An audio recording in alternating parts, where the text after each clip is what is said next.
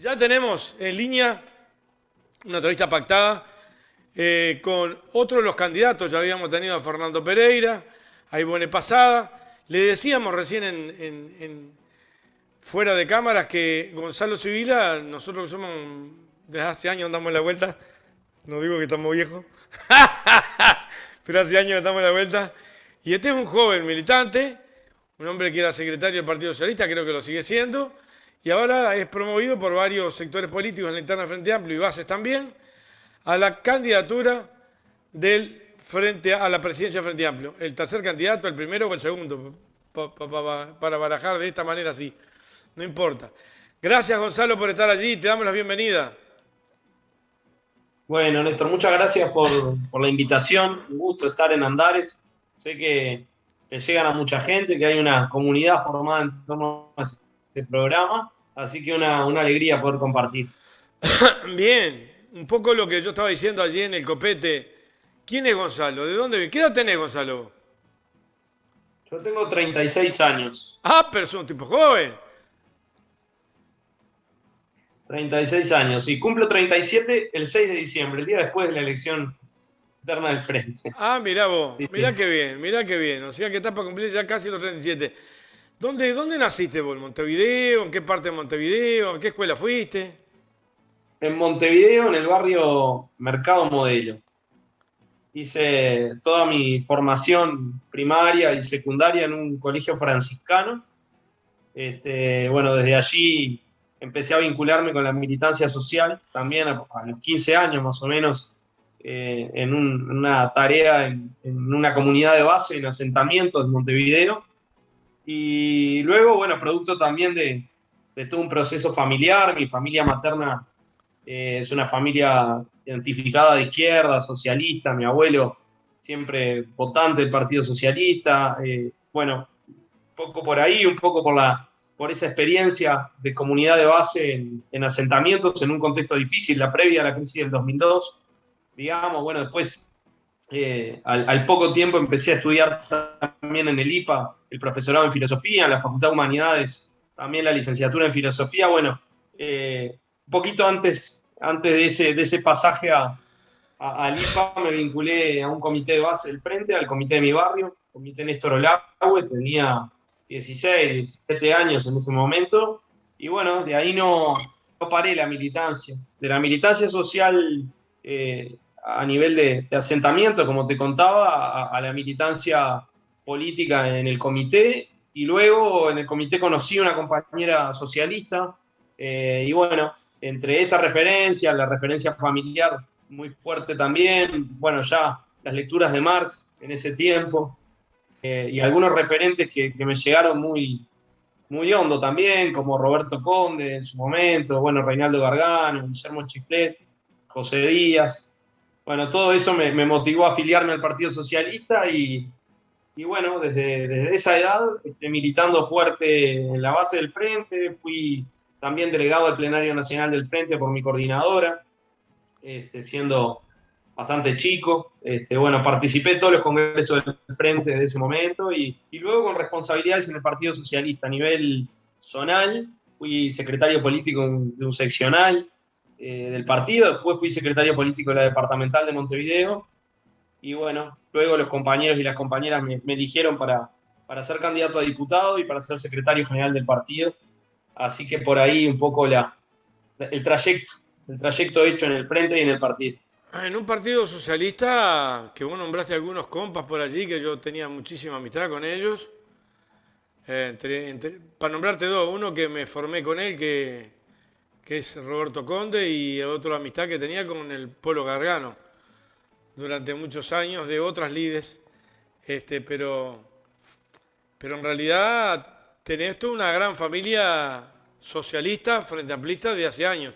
Dicho sea de paso, me nombraste que naciste en el Mercado Modelo, en la zona, en el barrio. Si vas para ahí no lo conocés ahora. No, sigo. En realidad viví ahí hasta hace un año, que ahora estoy en Jacinto Vera, muy cerquita. Mi mamá está ahí, o sea que voy todo el tiempo. Es mi barrio, y está transformándose. Sí, sí, está Quedó transformándose mucho. coqueto con el ante la arena, toda esa zona, ¿eh?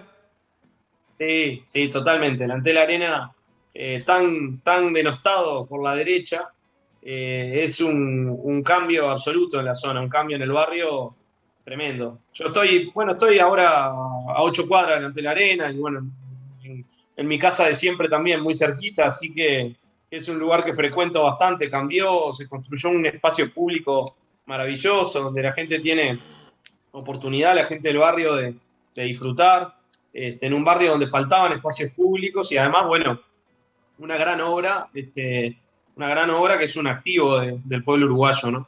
¿Cómo viste el Congreso del Frente Amplio? Y arrancamos por ahí.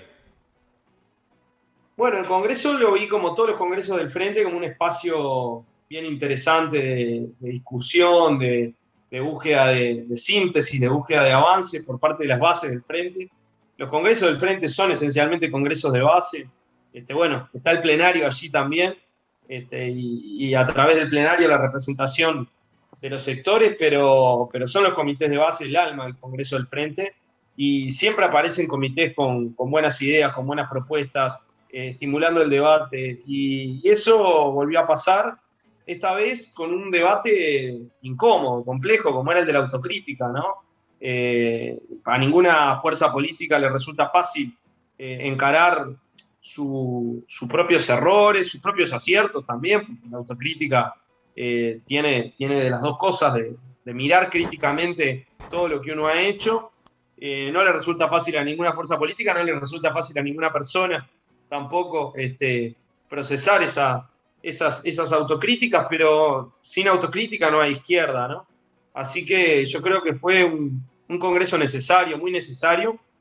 Obviamente que ese debate autocrítico tiene sus debilidades, no es perfecto tampoco, pero bueno, dio lugar a algunas conclusiones interesantes y yo creo que marca un punto de inflexión, ¿no? Estamos en un tiempo de transición en el Frente, ese tiempo se termina el 5 de diciembre y ahora necesitamos un cambio en el Frente Amplio que pasa en gran medida por internalizar esa autocrítica y transformar nuestras prácticas, ¿no? ¿La autocrítica es solamente un tema de Congreso o es una cuestión que debe ser permanente? Debe ser permanente, sin duda, es una herramienta permanente. Yo siempre digo que no está bueno hacer las autocríticas post-mortem, ¿no? Después de que tenés un golpe, una derrota. Está bueno que la autocrítica sea una herramienta de revisión permanente de nuestras prácticas, de nuestro accionar. La crítica y la autocrítica, ¿no? Es un método que hay que utilizar. A mí me educaron desde muy chiquito en eso y creo que el Frente necesita ejercitar eso y tiene una base militante lo suficientemente fuerte y sólida como para nutrir esos debates, ¿no? Que además hay que abrirlos para que se escuchen voces de los sectores sociales que queremos expresar, para que podamos tener también miradas diversas que alimenten esa autocrítica, que nos ayuda a ser mejores, ¿no? ¿Cuál es la situación actual desde tu punto de vista como candidato dentro de la izquierda? Ya no a la izquierda, sino el comportamiento de la derecha en Uruguay o de algunos actores sociales, para no ser tan drástico. Concretamente, ¿cómo están llevando concretamente cómo están llevando adelante el Te estoy país? escuchando muy bajo, Néstor. Capaz que no escuché la No, pregunta. me acerco al micrófono que lo tengo allí, lo tengo ahí. ¿Cómo se ve desde tu punto de vista, saliendo un poco a la interna del Frente o con el Frente, pero cómo se ve al partido gobierno hoy llevando adelante la política de gobierno que está llevando? ¿Cómo la vislumbrá? Bueno, en primer lugar lo veo como una coalición que expresa los intereses de sectores muy concentrados de la burguesía, un gobierno que está llevando adelante una política antipopular, totalmente antipopular, un gobierno que está recortando gasto público en áreas muy sensibles para la vida de las mayorías y particularmente de los sectores más perjudicados por este sistema y por esta crisis que estamos viviendo hoy. Un gobierno que en definitiva no para de recortar derechos, conquistas democráticas, con un sesgo también bastante autoritario, ¿no? de recorte de participación, de limitación de derechos de protesta. En definitiva, es un modelo que está generando una brutal transferencia de ingresos y de riqueza de los sectores más pobres y asalariados a los sectores más ricos de la población. Yo creo que ese es el corazón del proyecto del gobierno, ¿no? Daniel Olesker ha calculado esa transferencia para el quinquenio en unos 5.000 millones de dólares. Dice, si uno mira las proyecciones de crecimiento de la economía y mira las proyecciones referidas al salario, a las jubilaciones, a las pensiones, bueno, se encuentra una gran brecha. Esa brecha no está ni en el gasto público, porque el gasto público también tiende a caer, ni está en los servicios de deuda externa. Entonces, ¿dónde está? Bueno, se la llevan algunos sectores muy poderosos del capital. Y bueno, allí están los famosos malla oro del presidente, ¿no? Él sostiene el pensamiento del gobierno, que si a ellos les va muy, muy bien, que si los ricos siguen acumulando, eso va a derramar sobre el resto de la población. O sea, no es un tema de buenos o malos, ¿no? Es un tema de una concepción del país, de la vida, y es un tema de intereses. Y bueno, este gobierno, un gobierno de ricos y para ricos, está haciendo mucho daño en lo que refiere a la situación social y económica del Uruguay, a los trabajadores, a los sectores populares. Y bueno, frente a eso es imprescindible primero denunciarlo con mucha claridad, con mucha nitidez, sin medias tintas, y formular una alternativa, que aparte hay que construirla desde la base de la sociedad. ¿Qué rol y qué papel juega el Frente Amplio de cara a la derogación? Primero, a una buena elección el 5 de diciembre en cuanto a cantidad de votantes, pero también allí se está jugando en un escalón que no para, desde que se recolectaron las firmas, se juega una parte sustantiva y esencial y especial si logra interpretar el Frente Amplio la realidad de las 800.000 firmas de los uruguayos para derogar la LUC. ¿Qué significado tiene eso? Bueno, un significado muy importante, ¿no? El 5 de diciembre, en primer lugar, es una demostración de la vitalidad de una fuerza política que está abierta a la sociedad, al pueblo, y que le dice al pueblo frente amplista, a todos los que se sienten identificados con nuestro proyecto, que es un proyecto que intenta poner la dignidad humana en el centro de la construcción de la sociedad, que se acerquen, que se adhieran a ese proyecto y que incidan para decidir el futuro del Frente Amplio. Es muy importante la elección por la cantidad de gente que vote, pero además porque al decidir el futuro del Frente Amplio, o al decidir aspectos que tienen que ver con el futuro del Frente Amplio, su dirección colectiva, sus presidencias, etcétera, se va a estar incidiendo sobre el futuro del país, porque el Frente Amplio es la única herramienta política en el Uruguay que puede construir junto con otras y otros una alternativa al proyecto de este gobierno, ¿no? Entonces, decidir sobre el futuro del Frente es decidir sobre el futuro del país. Así que allí hay un debate crucial el 5 de diciembre, el desafío de cambiar el Frente, de transformarlo para poder transformar el país, de hacer un Frente más participativo, más abierto, un Frente que debata más desde el punto de vista ideológico y menos candidaturas, fórmulas, etcétera, que tienen que ser una consecuencia del debate sobre el proyecto. Bueno, eso es fundamental para el futuro del Uruguay. Y el referéndum, que nosotros consideramos que la lucha, la acumulación hacia el referéndum va también de la mano con este trabajo que estamos haciendo para el 5 de diciembre, es una instancia clave porque en esos 135 artículos de la LUC está en gran medida el corazón del proyecto de clase de la derecha, ¿no? Este es el andamiaje jurídico y político de muchas de las medidas que están tomando. Eso, junto con el presupuesto y con las pautas salariales, son las tres grandes patas de un proyecto concentrador. En esos 135 artículos, como lo sabe la audiencia, como bien lo sabes vos, hay temas muy diversos, pero todos con ese sesgo, ese rasgo de concentrar riqueza y poder, ¿no? En la educación, en las empresas públicas con la avanzada privatizadora que también se da en la educación, aunque nos quieran hacer creer que no. Están privatizando el Estado desde adentro, haciendo un trabajo de zapa, minando el Estado con lógicas privatizadoras. Bueno, está ese sesgo concentrador en la desnaturalización de la política de colonización, en este régimen de alquiler sin garantías, que en realidad termina siendo dejar sin garantías al inquilino, porque ya se podía alquilar sin garantías en Uruguay, y a través de este régimen lo que se permite es que se desaloje a una persona en 5 o 6 días si es mal pagador, en un mes si es buen pagador. Bueno, así podríamos seguir recortando derechos de protesta, reglamentando el derecho de huelga y prohibiendo las ocupaciones, favoreciendo transacciones muy voluminosas de hasta $100.000 sin controles, lo cual favorece el lavado de activos y por ende favorece el narcotráfico y por ende deteriora la seguridad en el Uruguay, favoreciendo los abusos policiales, creando nuevos tipos penales, aumentando penas en una lógica que viene probando desde la dictadura y que solo ha generado más hacinamiento en las cárceles y no ha resuelto ningún problema de seguridad. Así que en esos 135 artículos hay muchas cosas muy malas para la enorme mayoría de la sociedad y por ende allí nos jugamos mucho como país. Este no es un tema exclusivamente del Frente Amplio, ¿no? Todo el movimiento popular está claramente enfilado a anular estos artículos porque están perjudicando a la enorme mayoría de la población. Hay varios temas importantes en esas derogaciones que hay para llevar adelante.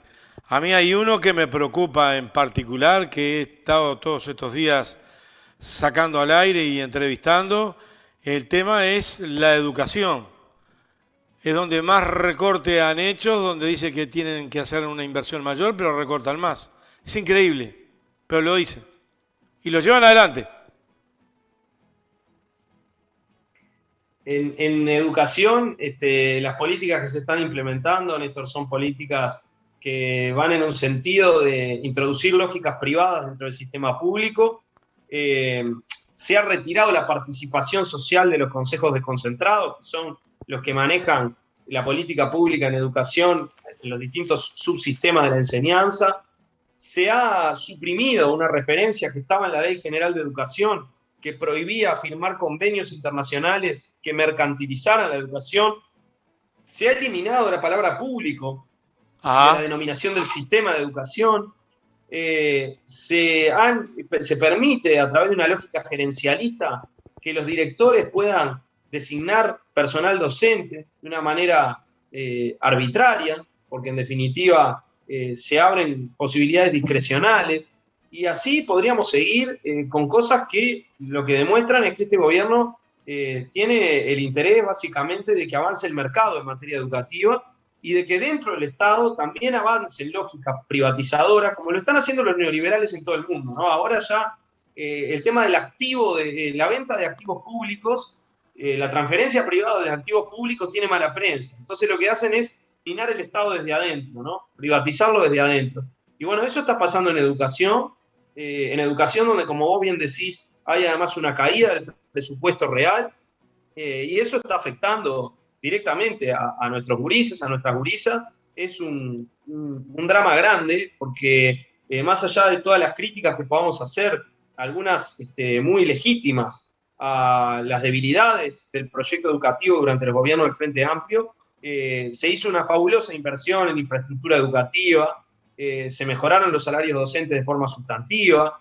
Bueno, hoy lo que hay es una reversión de buena parte de esos logros, ¿no? Y esto es realmente muy grave. En el medio pasó la pandemia y esto también afectó muchísimo las posibilidades de los procesos educativos, que, bueno, gracias a los avances que también tenía Uruguay en materia de fibra óptica, de conectividad, etcétera, se pudo paliar un poco, pero la desigualdad educativa está aumentando.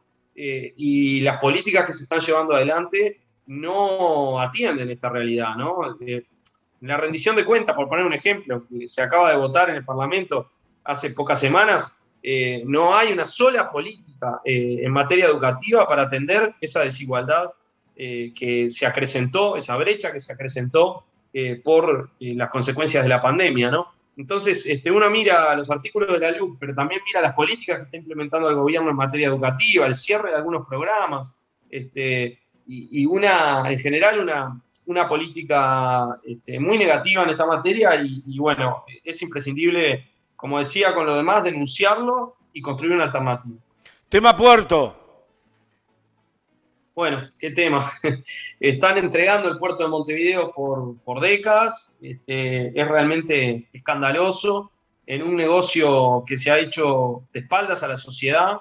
No conocemos los detalles de nada de esto. Las cosas que se han dicho no dan respuesta a las inquietudes que tenemos y que tiene buena parte de la sociedad uruguaya, ¿no? Estamos hablando de un factor fundamental para la soberanía del país. Y además uno de los componentes esenciales de cualquier estrategia que pueda llevar adelante el Uruguay, ¿no? El puerto de Montevideo ha sido desde siempre fundamental para la construcción de nuestro país, de su modelo productivo, para la generación de trabajo, etcétera. Desde el punto de vista geopolítico también es muy importante, así que este negocio es realmente escandaloso, ¿no? De hecho, hay una denuncia penal presentada por legisladores del Frente Amplio. Bueno, se hizo una interpelación, como ustedes bien saben, sin consecuencia desde el punto de vista del reproche de las acciones políticas que se llevaron adelante, porque hubo una mayoría que blindó al ministro, pero es un tema muy preocupante y que va a tener consecuencias en la medida en que no se revierta por mucho tiempo, ¿no? Hay una interpelación que está pronta para salir que a mí me llama la atención. El propio gobierno se interpela. Sí, una autointerpelación, una cosa insólita, ¿no? Una cosa insólita. Realmente los recursos a los que está apelando este gobierno ya son difíciles de calificar. Yo decía el otro día que es una fantochada, porque fíjense que el propio gobierno convoca a un ministro del gobierno para interpelarlo sobre un proyecto que el ministro no conoce, que el ministro desprecia además, porque ya han hecho declaraciones y varias sobre este tema del Antel Arena, con el único objetivo de desviar la atención y de cargar las tintas sobre los gobiernos del Frente Amplio, ¿no? En lugar de hacerse cargo de la tarea de gobernar, en lugar incluso de hacerse cargo de los activos que tiene nuestro pueblo para construir a partir de ellos, no, es un intento permanente de descalificar cosas que se hicieron muy bien, porque hicimos cosas mal, claro está, hicimos cosas mal, pero esto no es un error del Frente Amplio, esto es un gran acierto. El Antel Arena, por lo que decíamos que significa para el barrio, pero por lo que significa para el país, para la empresa de telecomunicaciones de los uruguayos. Pero claro, Para hacer lo que estamos haciendo Antel ahora. tiene una conducción. Para hacer lo que estamos haciendo ahora. Para hacer lo que estamos haciendo ahora. Y Antel tiene una conducción que está más preocupada por hacer crecer los negocios de las multinacionales de las telecomunicaciones que por hacer crecer Antel. La consecuencia de lo que están haciendo es que Antel va a perder parte del mercado. No incluyen el Antel Arena dentro de los planes de negocios de Antel. Es insólito. Vos podrás estar de acuerdo o en desacuerdo con algo que se hizo, pero no podés tener una obra de esa naturaleza, un activo de esa naturaleza y no incluirlo en los planes de negocios. Y bueno, convocan esta autointerpelación con ese objetivo, con el objetivo de ir contra Carolina Cose en particular también, y a través de ella ir contra el Frente Amplio, porque esto no es un tema de nombres, ¿no? Así que nada, cosas insólitas, tan insólito como dejar de aplicar un artículo de la LUC, el referido a los aumentos de los combustibles, para que la gente respalde la LUC en el referéndum, como si nuestro pueblo fuera tonto, ¿no? Le están diciendo a la sociedad que es tan malo eso que lo tienen que dejar de aplicar. Lo tienen que dejar de aplicar para que la gente no identifique las consecuencias. Así que realmente recursos nunca vistos, ¿no? Hay una reforma a la seguridad social que está en puerta pronta, pero que también tiene que ver con el referéndum. La están trancando porque van a perjudicar a los jubilados, sin lugar a dudas. Por lo que yo he visto, algunos titulares por ahí. Sí, sí. Bueno, fíjense, hay un informe de una comisión de expertos, hecho en mayoría, obviamente, sin el apoyo de algunos que estaban allí, entre ellos representantes del Frente Amplio, pero sí aprobado y promovido por todos los otros actores. Un informe que hace una propuesta de reforma de la seguridad social que implica caída de los haberes, caída de las jubilaciones, de las pensiones y aumento de la edad jubilatoria. Qué bárbaro. Es decir, el resultado de la reforma de la seguridad social es perjudicar a los trabajadores que mañana van a ser jubilados o pasivos. Obviamente que el gobierno ahora dice que lo está estudiando. Si llega a ganar el no en el referéndum, al otro día van a dejar de estudiarlo y lo van a implementar. Seguramente peor de lo que está todavía. Así que es muy importante que triunfe el sí en el referéndum también para parar estas políticas. Yo creo que si gana el sí, van a pensar dos veces antes de ir para adelante con algunas de estos proyectos que tienen en carpeta, ¿no? Volvamos a la interna del Frente Amplio. Un Frente Amplio que básicamente, y en este programa, que no es del Frente, pero quien conduce el programa es un votante, se ha quejado muchísima gente sobre el tema de la participación de los dirigentes a nivel de las bases. ¿Cuál es tu proyecto en tanto y cuanto ganes la elección de la interna del frente? Bueno, en primer lugar, trabajar para construir una dirección colectiva con equilibrio entre movimiento y coalición. Yo creo que el Frente está muy sesgado hacia su componente de coalición, 5 o 6 grupos que básicamente toman grandes decisiones y no le está dando la misma relevancia al componente del movimiento, que ha demostrado que va por delante de la dirigencia del Frente Amplio en cosas muy relevantes, en la recolección de firmas, por ejemplo, en el voto a voto de octubre a noviembre, y que además es parte del alma del Frente Amplio y garantía de la unidad del Frente Amplio. Entonces, construir una dirección colectiva, esto no lo resuelve una persona sola, una dirección con equilibrio entre corrientes ideológicas, generaciones, géneros, territorios y entre movimiento y coalición. Luego, promover debates que el Frente Amplio tiene que dar. El debate sobre el modelo productivo, sobre la relación entre la producción y el ambiente, sobre la memoria, la verdad y la justicia, donde tenemos debes muy importantes de los que nos tenemos que hacer cargo también, sobre el modelo de convivencia, porque hay que proponer una alternativa a este modelo que se viene aplicando de la dictadura para acá, que solo pasa por aumentar penas, crear nuevos delitos, hacinar gente en las cárceles sin ningún resultado positivo para la seguridad. Un debate de fondo sobre el proyecto educativo, sobre varios temas que son relevantes para el país. Un frente que hable más de los temas que le importan a la gente, la tierra, el techo, el trabajo. Un frente que se abra al recambio generacional y a la integración de distintas generaciones.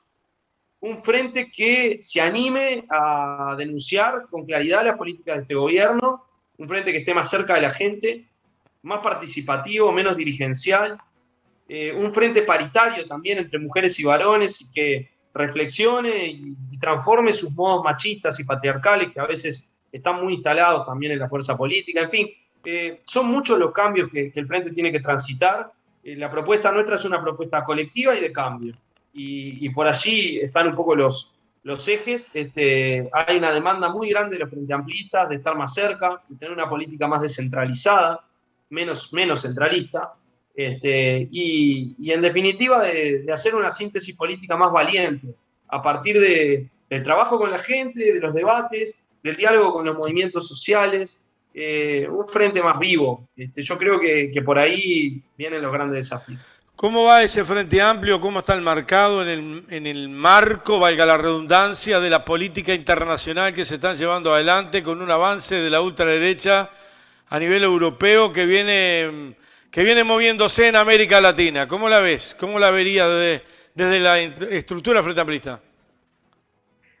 Mirá, yo creo que la mejor forma de responderle a eso, y más que de responderle, de evitar que eso siga creciendo y crezca en el Uruguay, es construyendo una fuerza política abierta al pueblo, una fuerza política que la gente no la identifique con la política tradicional, que la vea como política hecha desde la base de la sociedad para cambiar las cosas, para alterar las relaciones de poder. Una fuerza política con la que la gente común se pueda sentir identificada. Eso es el Frente Amplio de su fundación. A veces yo creo que hemos caído en algunas prácticas parecidas a las de la política tradicional. Nos tenemos que desmarcar de eso y no puede suceder en el Uruguay. De hecho, empezó a suceder y hay que estar muy alerta que fuerzas retardatarias de ultraderecha que proponen el odio, la violencia, se apropien de una suerte de discurso antisistema y vengan a canalizar la rebeldía o los enojos de la gente o el malestar de la gente con la forma en que funcionan nuestras sociedades. El Frente nació para luchar contra las desigualdades, por la libertad, por la solidaridad, por la justicia, y bueno, tiene que expresar eso con nitidez y no mimetizarse con la política tradicional. Por eso yo creo que si operamos estos cambios en el Frente Amplio, lo hacemos con la gente, vamos a blindar al país también de que sigan avanzando esas lógicas tan violentas y tan terribles, ¿no? Que son de barbarie. Bueno, lo estamos viendo muy cerca. Ayer en la Argentina terminamos de ver cómo en Capital Federal el 17% de los ciudadanos votaron por Milei, un sujeto que plantea en definitiva el odio y la violencia de forma desembosada y la disfraza con el uso de la palabra libertad. Es realmente muy, muy terrible, muy preocupante y y tenemos que cuidar que en el Uruguay no sigan avanzando esas logias. Bien, el desarrollo del programa, te estoy trayendo, se nos está terminando la entrevista, pero en el desarrollo del programa del Frente Amplio, yo en aquella época estaba en el Secretariado Nacional, se impuso una política muy, pero muy, muy importante que es el tema descentralización, en los cuales se ha tuvido algunos retoques, algunas modificaciones, pero siempre de ampliación hacia que la gente participe en la descentralización, vinculado esto a los municipios que están en todo el país. ¿Qué rol de futuro le ves o debería de tener la fuerza política en ese lugar de, yo le llamo porque fui concejal, de primer nivel y no de tercer nivel? Tal cual, es el primer nivel porque es el nivel que está más cerca de la gente, ¿no? De sus demandas, de sus necesidades. Bueno, yo creo que lo que hay que profundizar ahí es una mirada de participación ciudadana, porque la descentralización para la izquierda es descentralización con participación. No es un escalón más de democracia representativa solamente, ¿no? Es que la gente participe, se organice para participar. Entonces creo que tenemos que trabajar muy fuerte desde la fuerza política para construir motivaciones para la participación, para llenar ese nivel de gobierno de mayor cercanía, el primero, como le decís vos, llenarlo de pueblo, llenarlo de sociedad organizada, y para trabajar muy fuerte en todos los cambios que haya que hacer también en ese diseño institucional, para que sea un diseño institucional menos burocrático, más participativo, más abierto a la sociedad. Esta clave tiene que estar en la reflexión de toda la fuerza política. Necesitamos generar un ámbito específico para trabajar esto con mucha fuerza, con más fuerza de lo que se ha hecho hasta ahora, escuchando en primer lugar las voces de los compañeros y las compañeras que han sido parte de estos procesos de descentralización durante todos estos años. Desde la descentralización en Montevideo, cuando gana el frente por primera vez el gobierno departamental, al impulso de este proceso de descentralización a nivel nacional con los municipios y otras experiencias que se fueron dando históricamente. Bueno, escuchar esas voces, transformar lo que haya que transformar, poner esto como una prioridad para la fuerza política y generar desde allí una gran corriente de participación, de protagonismo de la gente en la transformación de su propia vida. Nuestro comité de base tiene un rol clave a jugar también en esto porque están cerca del territorio y este tiene que ser un tema de discusión cotidiana. ¿Quiénes son los grupos, algunos de ellos por lo menos, que te están acompañando en esta interna de cara al 5 de diciembre? Perdón, bueno, un 5 de diciembre, perdón, un 5 de diciembre que tiene que ser con mucha gente que vaya a votar. Sí, sin duda. La primera gran convocatoria es ir a votar, más allá de los candidatos, participar, respaldar al Frente Amplio, esta herramienta política y tratar de transformarla. Para eso votar delegados de base también, no solamente listas sectoriales, presidente nacional o presidente o presidenta a nivel departamental, sino también delegados de base, que son los propios vecinos propuestos por sus vecinos para estar en la dirección del Frente, lo que es una singularidad del Frente Amplio, no lo tiene ninguna otra fuerza política en el país. Hay que ir a votar. Mayores de 14 años se pueden adherir en el momento e incidir. Sobre los apoyos a la candidatura, bueno, la candidatura surge primero de una plataforma, de unos contenidos. Esos contenidos fueron trabajados entre varios grupos, militantes de base, militantes independientes. Dentro de los grupos que en el origen proponen la candidatura está el Partido Socialista, el Partido por la Victoria del Pueblo, Casa Grande, la Lista Amplia, Congreso Frente Amplista, Movimiento Cambio Frente Amplista, Corriente de Izquierda, y luego se han sumado otros grupos, Izquierda en Marcha, el Movimiento de Integración Frente Amplista, la Lista 711, y algunos grupos más, agrupaciones locales, otros grupos que están apoyando esta propuesta. Así que nada, son más de una decena de grupos políticos, varios de ellos de escala nacional, también agrupaciones locales, militantes independientes, militantes de base, en definitiva, una importante cantidad de compañeros, de compañeras, de actores colectivos que sostienen esta idea de cambio en el Frente Amplio. Gonzalo Sibila, muchas gracias por haber participado en este programa en Andares. Estamos abiertos a las sugerencias que nos haga llegar para difundir. Bueno, gracias Néstor, muchas gracias por la invitación, una alegría haber participado del programa por primera vez, espero participar alguna vez más.